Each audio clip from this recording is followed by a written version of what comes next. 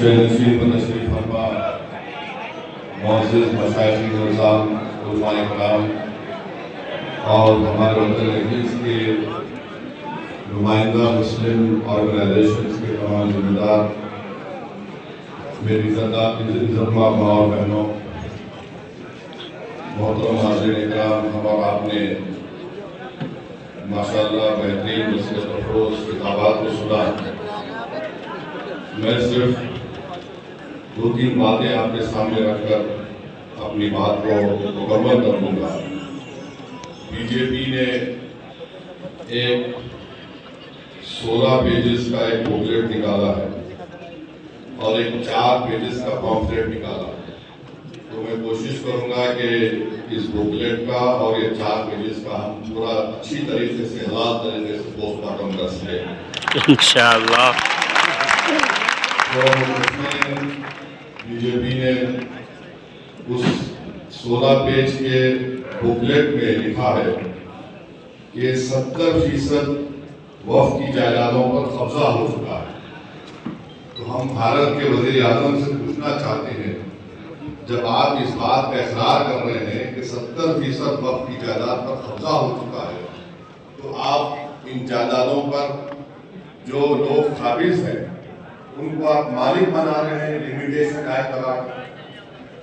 70% اگر پراپرٹیز پر جو لوگ قابض ہیں لمیٹیشن ایکٹ کے اپلیکیشن پر جو اپلائی ہو چکا، اور مجھے یقین ہے کہ کئی ریاستوں میں ان کو میوٹیشن کروا کے ان کو مالک بھی بنا دیا گیا ہوگا، تو یہ قانون نریندر مودی وقف کو بچانے کے لیے نہیں لائے ہیں، وقف کے قابض لینڈ گرابروں کو مالک بنانے کے لائے ہیں۔ دوسرا انہوں نے یہ کہا کہ پورے مسلم سماج کی تائید حاصل ہے۔ میں ان سے پوچھنا چاہتا ہوں، جو آپ کے سامنے میر جعفر بن صادق نہیں کہہ رہے، آپ کے سامنے ابو جہل، ابو لہب، یزید کھڑے ہوئے ہیں اور یہ میں اور محمود اللہ صاحب ہم لوگ پارلیمنٹ کی کمیٹی کے رکن تھے۔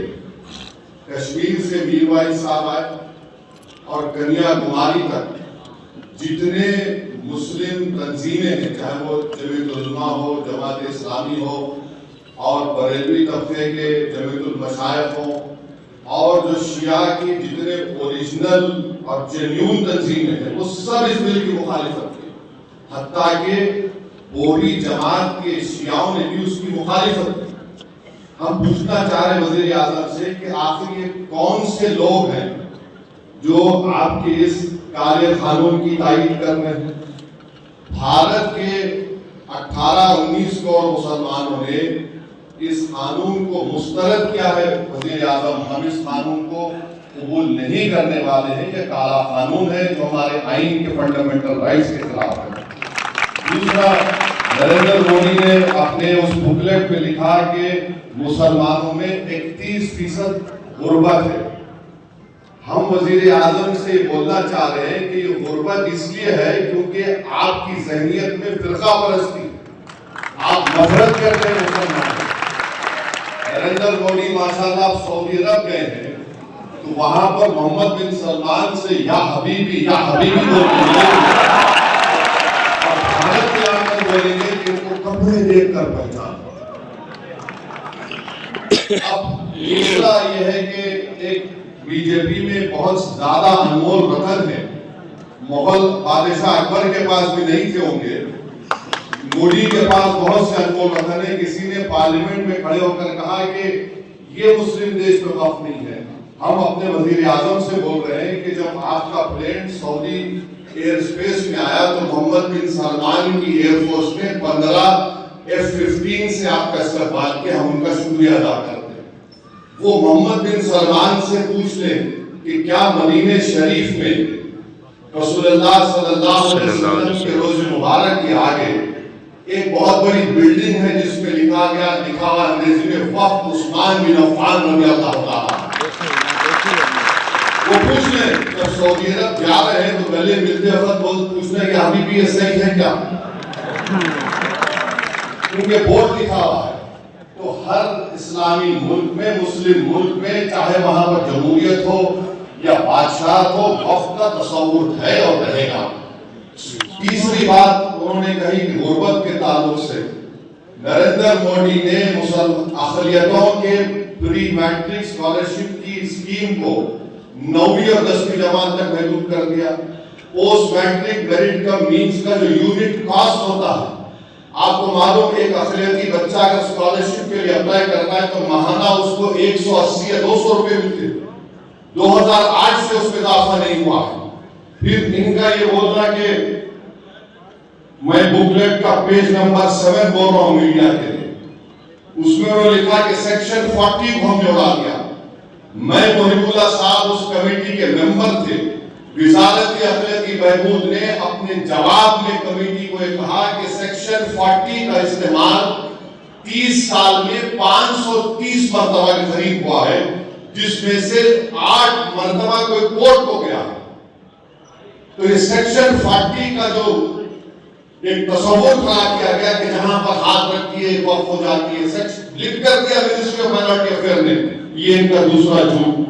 تیسرا اس بکلیٹ کے پیج نمبر 8 پر انہوں نے لکھا کہ خواتین کے بارے میں کہ ہم خواتین کو ممبر بنا رہے ہیں. نریندر مودی جھوٹ بول رہے ہیں، ان کی سرکار جھوٹی ہے. 95 کے ایکٹ میں کم سے کم 2 خواتین کا تقرر تھا، اب انہوں نے صرف 2 کر دیا اور یہ باجا بجا رہے ہیں کہ مسلم خواتین کو ممبر بنا رہے ہیں.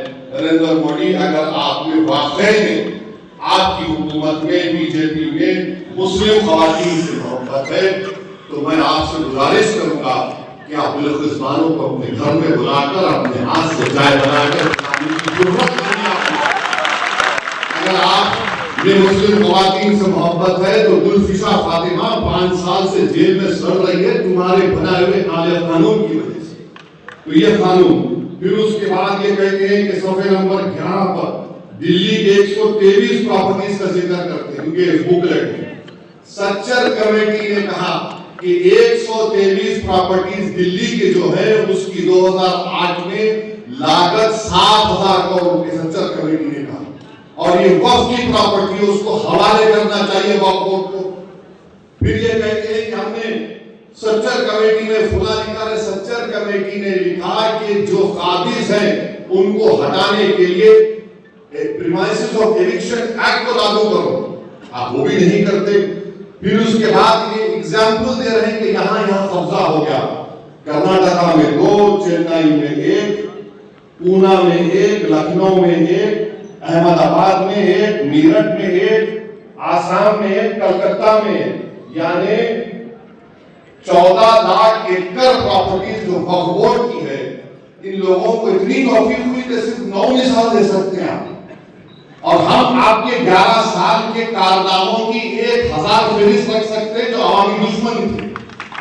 یہ آپ 11 مثالیں دے رہے ہیں، اور ایک مثال دے رہے ہیں چنئی کی تروچیراپلی کی. محب اللہ صاحب بیٹھے چنئی میں جب ہم گئے تھے، وہاں کے گاؤں کے لوگ آ کر کمیٹی کو بولے کہ ہمارا کوئی مسئلہ نہیں، وقف سے مسئلہ ختم ہو چکا ہے. محب اللہ صاحب بولے ہمارے سامنے اب یہاں پر اس کا ذکر کرتے ہیں.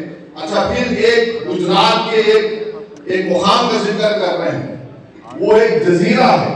وہ جزیرے کے اوپر ایک کسی اولیاء اللہ کی مزار ہے، خبر ہے، اور وہاں کے مچھیرے سمندر میں جانے سے پہلے ان کا ایک رواج ہے وہ بکرا کاٹ کے جاتے ہیں. ہوا یہ کہ جب ممبئی میں حملہ ہوا تو اجمل قسم جو پاکستان سے ظالم دہشت گرد آ کر ہندوستانیوں کا خون کیے، وہ جزیرے میں رک گئے. تو جب سے جزیرہ بند ہو گیا تھا بولے وہ ہم چھین لیں گے. ارے اس کا وہ دہشت گرد آئے تو اس سے ہم کو کیا کرنا ہے؟ تو اس کی مثال آپ دے رہے ہیں. پھر آپ جائیے کہ یہ قانون میں نریندر مودی نے کہہ دیا کہ اس قانون میں کیا ہے کہ آپ کو ہندو زمین نہیں دے سکتا. ابھی چلے گئے ہمارے پنجاب کے سریف بھائی سنگرور ایک گاؤں ہے جہاں پر ہندو دھرم کے ماننے والوں نے ان کے گاؤں میں کوئی مسجد نہیں کی تو انہوں نے زمین کی مسجد بنا لی. وہیں پر بنگلور میں ایچ ایم باشا نامی ایک شخص نے، سنیے، ایچ ایم باشا نامی شخص نے اپنی زمین دی ایک